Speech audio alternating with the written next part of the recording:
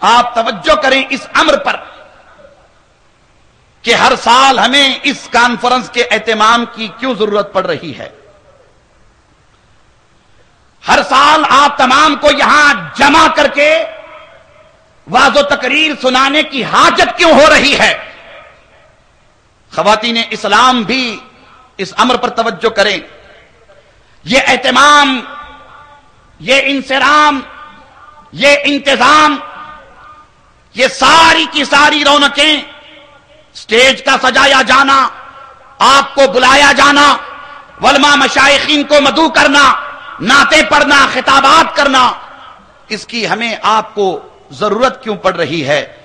اس امر پر آپ توجہ کریں اور میرے چند معروضات کو سمجھنے کی حتی المقدور کوشش کریں. اللہ اکبر. اس وقت پوری دنیا کامیابی، کامرانی کی تلاش میں ہے. بالخصوص اہل ایمان اپنی زندگی کے شب و روز دیکھتے ہیں، اپنی زندگی کے نشیب و فراز دیکھتے ہیں، اپنی زندگی کی خلوتیں جلوتیں دیکھتے ہیں. خواہ وہ مرد ہوں، خواہ وہ خواتین اسلام ہوں، ہر کوئی یہی چاہتا ہے کہ اسے کامیابی ملے، کامرانی ملے، وہ دین میں بھی کامیاب ہو جائے، دنیا میں بھی کامیاب ہو جائے، اسے قبر کی زندگی میں بھی کامیابی ملے، آخرت کی زندگی میں بھی کامیابی ملے. ہر ایک ایمان والا، ہر ایک بندہ، ہر ایک بندی مسلسل کامیابی کی تلاش میں ہے، مسلسل کامیابی کی کھوج میں ہے. اور اللہ کی زمین پر رہنے بسنے والے ایک دو نہیں کروڑہا مسلمان اپنے اپنے تئیں یہ دعویٰ کرتے ہیں کہ ہم جس طریقہ کار پہ چل پڑے ہیں، ہم جس راستے پہ چل پڑے ہیں، ہم جس راستے پہ چل پڑے ہیں، یہ راستہ، یہ طریقہ کار ہمیں نجات کی طرف لے جائے گا. یہ راستہ، یہ طریقہ کار ہمیں کامیابی، کامرانی سے ہمکنار کرے گا. خواہ وہ اپنے اپنے تئیں کسی بھی حوالے سے دین کا کام کرنے کا دعویٰ کرتے ہوں، خواہ وہ اپنے اپنے تئیں دعوت کے کام کو عام کرنے کا دعویٰ کرتے ہوں، خواہ وہ اپنے تئیں ملت اسلامیہ کی صلاح و فلاح کا دعویٰ کرتے ہوں. ہم اپنے طور پر اس بات کو بھی دیکھتے ہیں کہ جہاں گناہوں کا دور دورہ ہے، جہاں مسلسل ہمارے معاشرے میں، ہماری سوسائٹی میں ہماری نوجوان نسلیں، بالخصوص ہائی اسکول، کالج اور یونیورسٹی کے طلبہ طالبات، سب کے سب نہیں، ایک بڑی تعداد ایسی ہے جو بے راہ روی کا شکار ہے. ہم دیکھتے ہیں کہ گناہ ہمارے معاشرے میں، ہماری سوسائٹی میں، ہمارے گھروں میں، ہمارے محلوں میں، ہمارے علاقوں میں نہ صرف عام ہو رہے ہیں بلکہ پنپ بھی رہے ہیں. اس کو شے بھی دیا جا رہا ہے، اس کو ترویج بھی دی جا رہی ہے، حوصلہ افزائی بھی ہو رہی ہے. ہمارے اپنے لیے اور پوری ملت اسلامیہ کے لیے یہ ایک بڑا المیہ ہے. دوسری طرف ہم دیکھتے ہیں کہ مسجدوں میں نمازیوں کی بھی کوئی کمی نہیں. ہم دیکھتے ہیں کہ دعوت کے کام میں بھی لوگ لگے ہوئے ہیں. ہم دیکھتے ہیں کہ لوگ چہروں پہ داڑھی بھی رکھتے ہیں. ہم دیکھتے ہیں کہ لوگ سر پہ ٹوپی بھی لگاتے ہیں.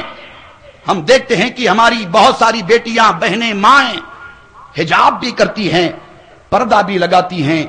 رمضان آئے، روزوں کا اہتمام ہوتا ہے، صاحب نصاب ہوتے ہیں، زکوٰۃ بھی دے دیتے ہیں. حج کا مہینہ آئے، حج کے لیے چل بھی پڑتے ہیں.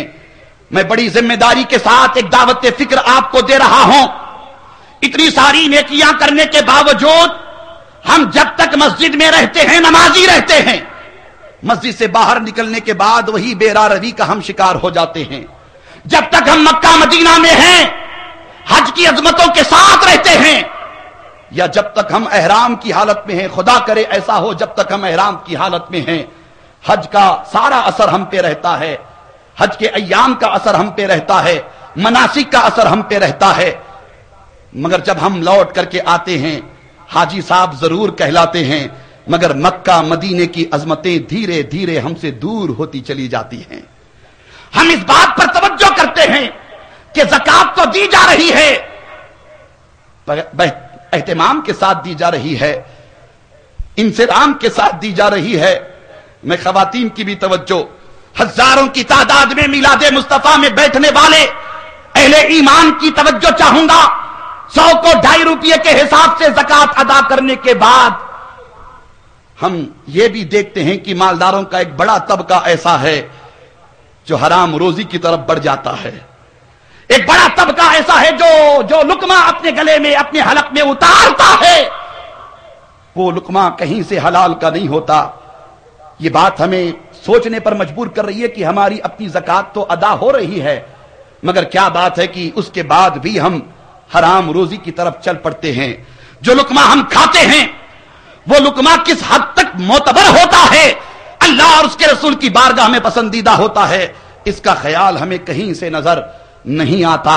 قرآن کی تلاوتیں ہو رہی ہیں، مسجدوں میں سجدے کیے جا رہے ہیں، عبادتوں کا اہتمام ہو رہا ہے، اس کے اپنے اثرات ہماری نوجوان نسلوں پر کیوں ظاہر نہیں ہوتے؟ اس کے اثرات ہماری بیٹیوں کی زندگیوں پر ظاہر کیوں نہیں ہوتے؟ اس کے اثرات مسلمانوں کی خلوتوں جلوتوں پر ظاہر کیوں نہیں ہوتے؟ اس کے اثرات مسلمانوں کے شب و روز پہ ظاہر کیوں نہیں ہوتے؟ اس کے اثرات ہماری اپنی انفرادی زندگی اجتماعی زندگی پر کیوں ظاہر نہیں ہوتے؟ جب ہم ان تمام امور کا جائزہ لیتے ہیں تو میں عرض کرنا چاہوں گا کہ کبھی کبھار غور و خوض کرتے ہیں تو آنکھوں سے خون